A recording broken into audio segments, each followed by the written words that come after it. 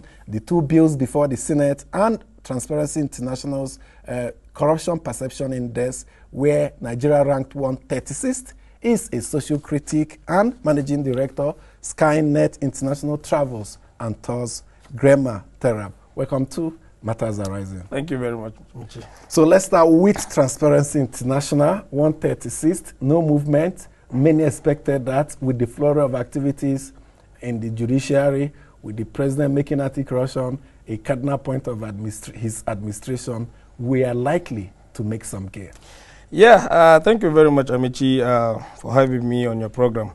And what I want us to understand is that the anti-corruption fight is just starting, and the 7 months of this administration is not quite enough for us to reflect or for the government to change its position of the 7 or 9 months. Yeah, because you know the corruption has invaded this country for a very long time, and it needs more time for this administration to curtail and fight this huge saga called corruption.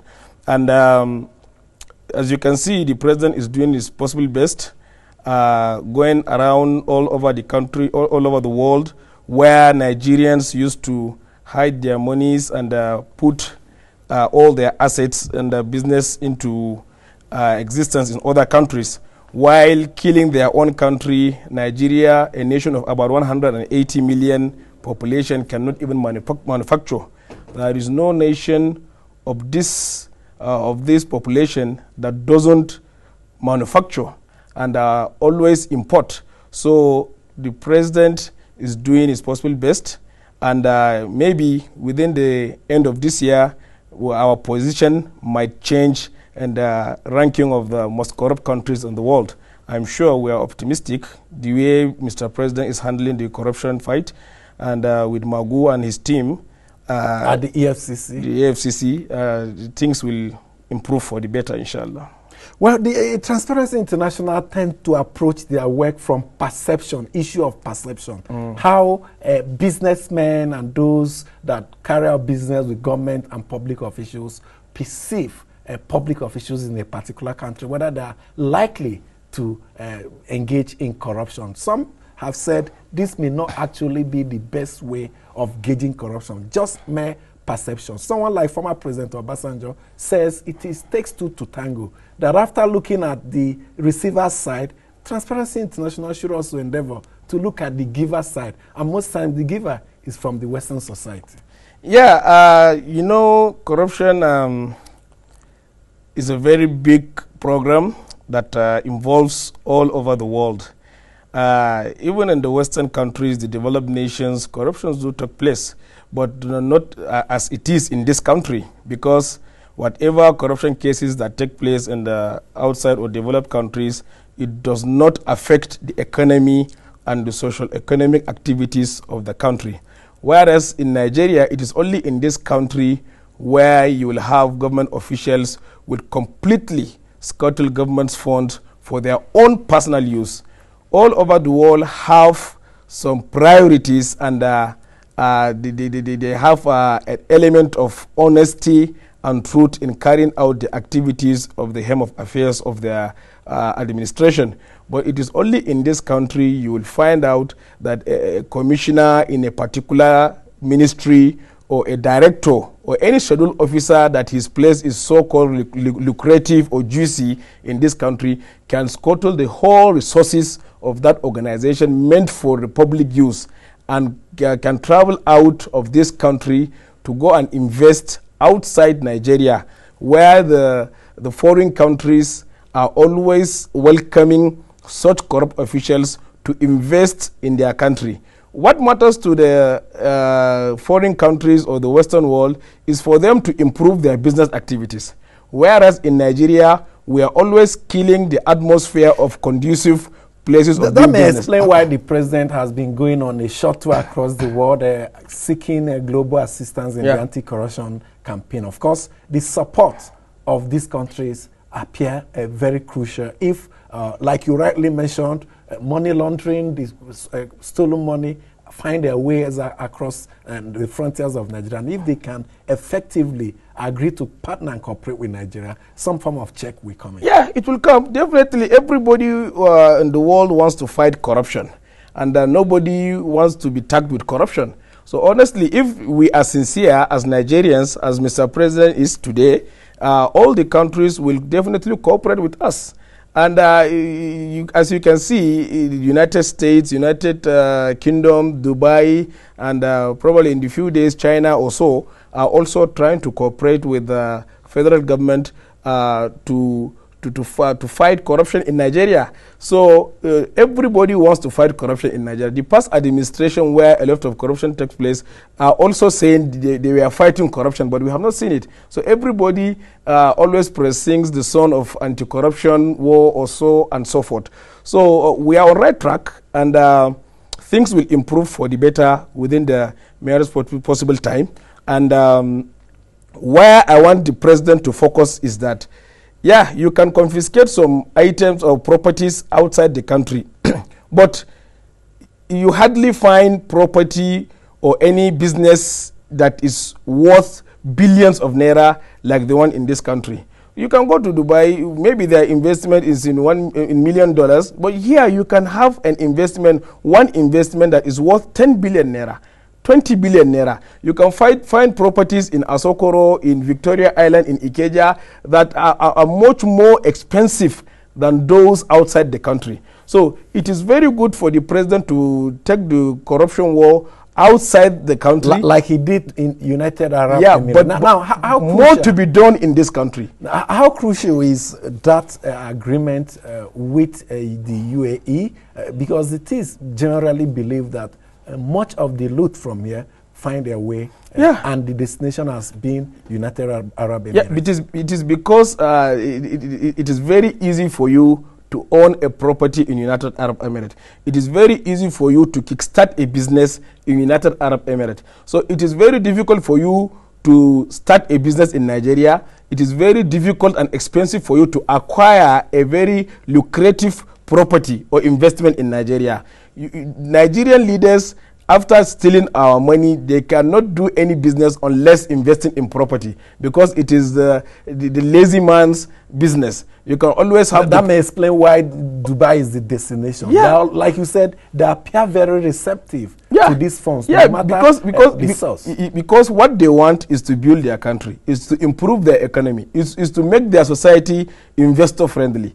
While in Nigeria, our laws and our regulations are so stiff that you cannot invest your money happily in this country and get a return in investment. Even move them across the financial institution with the use of BVN. Every transaction is now can now be easily monitored. BVN and corruption, fight against corruption is just coming up. It is just coming up. So that, as I told you earlier, in the nearest possible time, things will improve for the better. But the fight against corruption is an enormous task, and every Nigerian must play a role in that. And I want the president to focus on the corruption, fight against corruption in this country, more so in the civil service, the state level, and the local government, where the fight against corruption will impact the livelihood of the grassroots and the common man. Because no matter how you confiscate all these properties in Dubai, in China, UK, so on and so forth, you find a situation whereby the state governor makes the local government funds of his state as his own pocket money, spends the money the way he wants, and go about with all sorts of money laundering activities. They are the ones that are buying properties outside the country. They are the ones that are investing hugely in other countries while killing their own states. Monies meant for development, social amenities and infrastructures are being diverted to other countries for their own personal use. So if the fight against corruption will be geared or taken to the grassroots, starting with the local level, you can see where local government chairmen are owning big houses in Maitama, Asokoro. So, okay, now the president has been accused of focusing unduly on anti-corruption, leaving the very vital and important issue of governance, not giving it the desired attention. How do you respond to that? Well, I sometimes don't agree with that because most of the obstacle of governance in this country is the corruption. So he has to fight corruption, and at the same time, he has to take governance to the next level. Yeah, I will blame the cabinet and other members of this administration, not the president alone. Where we have 36 ministers on board, the ministries should function. It is not the responsibility of the president to be going around all other sectors of the administration or of governance to be doing the work alone. Ministers are there, they should be doing the work. State governors are there, they should be doing the work. And what Nigerians need to understand is that you can never feel the impact of governance without holding your state governors accountable. Because whatever the federal government is bringing on board is to formulate policies and make... it appears we need a lot of reforms on our institutions at the state level, because you rightly mentioned, not just at the state level, also at the local government, these chiefs, the local government in Nigeria to have almost dead. Grip. It's almost dead because all the states are not even conducting elections for the local government, and they are being run through caretaker chairmen where they only stay there for almost 6 months. Tell me, what development do you expect within 6 months? And what the state governments and the local government chairman do celebrate is to drill a borehole in one particular place or the other. Yet, with all the monies received during Jonathan's administrations, and the previous administrations, could not able to provide a sitting desk. For instance, in northern Nigeria, you hardly find a conducive learning environment in any part of this northern Nigeria. You cannot find a classroom that has full, complete furniture and qualified teachers for them to take their classes. But we also know that the former president built some special Amajiri school across northern Nigeria, modern and well equipped. Very few are in existence, and most of them are placed in big cities like Zaria, Kaduna, Kano, so on and so forth. We have one in Maiduguri, and across the northern states, we all have them, Sokoto, everywhere. So, but it's not enough. What responsibility of states and local governments? That's what I'm telling you. If the state governments and the local governments are not involved in good governance, most especially the change mantra of this administration, this administration will have it very difficult to succeed at the grassroots level, because most of the resources of this country goes to the state and local government. So you want him to focus more attention on the grassroots. We should have a national infrastructural master plan that will bring on board all the state governments, the local government. The APC-led administration should come up with a blueprint that all the state governments and the local government will benefit from the program. Otherwise, whatever that comes out from the budget, the 2016 budget, about 6 trillion, very little goes to the state level. Okay. For instance, let's take Ministry of Health, for instance. You only have 1 or 2 federal institutions in each of the state levels. But in a state, you will have about 10 or 20 or 30 health facilities that are owned by the states. So if these facilities are not well taken care of, so whatever budget that the federal government is bringing on board will have less impact on the grassroots. Okay, Grema Terap is a social critic and of Skynet International Travel and Tours, and is asking the president to take a look at what the chief executives at the state and local governments are doing and ensure that his anti-corruption campaign is focused more on those areas, because according to him, much of the revenue that should have gone into the improvement of the welfare and living conditions of the people are frittered away. Thanks so much for joining us on Matters Arising. And that's the program for today. Thanks for joining us. My name is Amechi Anapwe.